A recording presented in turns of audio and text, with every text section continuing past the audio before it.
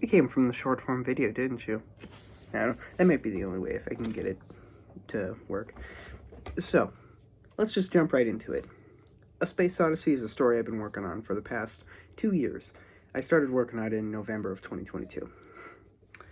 And some parts have changed over the time I've been working on it. Probably the most notable details that I was originally going to have it as like a journal, written as a journal from another person's point of view, but I'm now not doing that. Anywho, let's get right into a little bit more detail with the mythology of the alien solar system that our main character Grant visits, which to Earthlings is known as Mysterium. So, let's begin. Millions of years ago, Mysterium was the first solar system to ever be formed that had life. Other solar systems were formed at the time, but it was the first one to ever have life. And it was a solar system that had 5 planets on it. Each one was connected by a mountain, so like they could freely walk from each planet to the other. The inhabitants could. And because of that, it also orbited all at the same time, all at the same rate. You get it. So, it stayed like that for a while, until one day, millions of years ago, a demon known as Malum came around and destroyed the mountains, causing it to making big comets, and those comets just flew to another place and crash landed on other planets. And on those comets had life. All life started from Mysterium. But anyway, that's not the end of it. That's part of it. So, like, in the mythology, Earth, the life on Earth started from Mysterium. But like I was saying, the dominant species of the solar system, I haven't thought of a name to call them yet. So, I don't know. They were able to subdue Malum, and were able to use their abilities to seal him into 5 gems. And those gems held a part of his soul and a part of his powers. And each gem was given to one of the planets of the solar system. Eventually, the planets became their ways, values became centered around what the gem could do. And the gem was passed down from monarch to monarch to monarch. And eventually, our main character Grant enters the solar system. So, that's the mythology of Mysterium. And you might be like, oh, that seems similar to mystery. Yeah, that's Latin for mystery.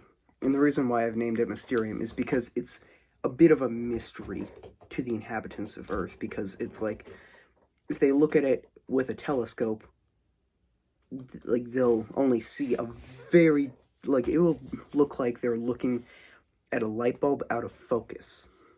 They couldn't really tell anything. Like, moving the telescope around, and then they start getting close to the Mysterium's sun, and it would start to get blurry until they were dead on it, and they couldn't see a thing. But they knew that there was a star there. And people who used, like, at-home telescopes, some of them had the same issue, that if they tried to look in the direction of the star, it would just go blurry. And others were able to look at it fine and determine it had somewhat of a green tint. And actually, there's a reason why. You see, the solar system is like the mythology is true. Did I mention the mythology is true? I don't think I did. And the reason why it has that weird thing when you look at it through a telescope is because electricity doesn't work there. Any form of, like, energy that isn't naturally found, like, won't work. Lightning won't even happen in the solar system. And like, some people who are looking at it through a telescope are able to see it clear enough to see a green tint. They're not using electric-powered telescopes. The ones who can't are using high-powered telescopes that require electricity. So that's why it's not working for them. It's a bit of a science fiction fantasy thing that I'm working on, and it's heavily inspired by the Netflix show Lost in Space. If you've ever seen that, that's really underrated. I have not seen the 90s movie, nor the 60s TV show, nor the 60s movie. I think there's a 60s movie, if I'm not mistaken, and maybe a 90s show. I don't know. All I know is that the 90s movie has Joey from Friends as the villain. But the Netflix show is actually really underrated. The third season felt kind of rushed and was a little too kiddie, though. But the first two were pretty good. And originally I was like, it feels kind of derivative of it. Maybe it's not good. But then I saw a video where it was talking about taking inspiration from things is actually good. And so I was like, yeah. I don't know if, like, the main story is, like, so there are elements that are inspired of it, because, like, a bunch of explorers, and, like, I had the idea of this, like, last night. Originally I was like, so, it's just weird how we haven't really explored space for a while, but then, all of a sudden, we're exploring like solar systems. Like, I didn't have an explanation for that until last night when I was like, the space exploration revolution. That's what I'm gonna call it. So in the story, here's how it happens. NASA and, like, other government organizations that are in charge of space travel eventually get disbanded, leaving private companies being able to do space exploration.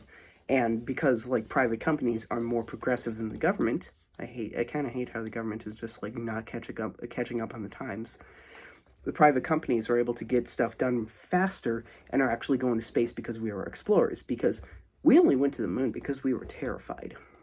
And I don't know how I'm gonna fit the space travel revolution into my story, but that is a part of the universe.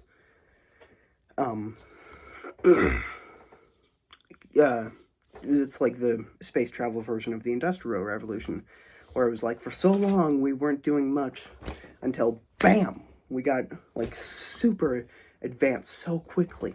Because it's like, if you were to take someone from 3200 BC and bring them to the 1400s, they'd be like, not much is different. But then if you were to take someone from the 1990s to today, they'd be like, oh my gosh, so much is different. Like, it's like the Industrial Revolution caused that. Because all of a sudden we were like, let's get stuff done. And so, like, there's basically a space exploration version of that. And with the space exploration revolution,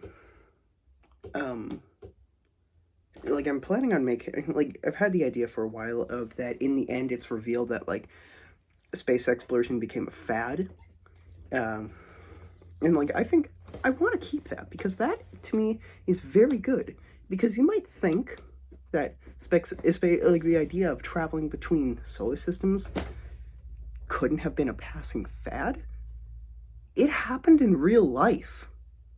With the Apollo missions, we went to the moon with Apollo 11, and even just by Apollo 13, people were like, so what? We already went. And so, I was, like, with the story, what I want to do is something like that, except because the disaster of, like, getting stranded in the solar system Mysterium, because of that, it kind of turned a lot of people off to space travel, and so it became a dying fad. Like, that's probably the biggest difference between, like, okay, no, that's not the biggest difference between Lost in Space Netflix and Space Odyssey. Because, like, in Lost in Space Netflix, they stay on Alpha Centauri, they don't go back to Earth. But in A Space Odyssey, they go back to Earth. Because, like, they went there for exploring, and my phone's about to die, so I need to end this.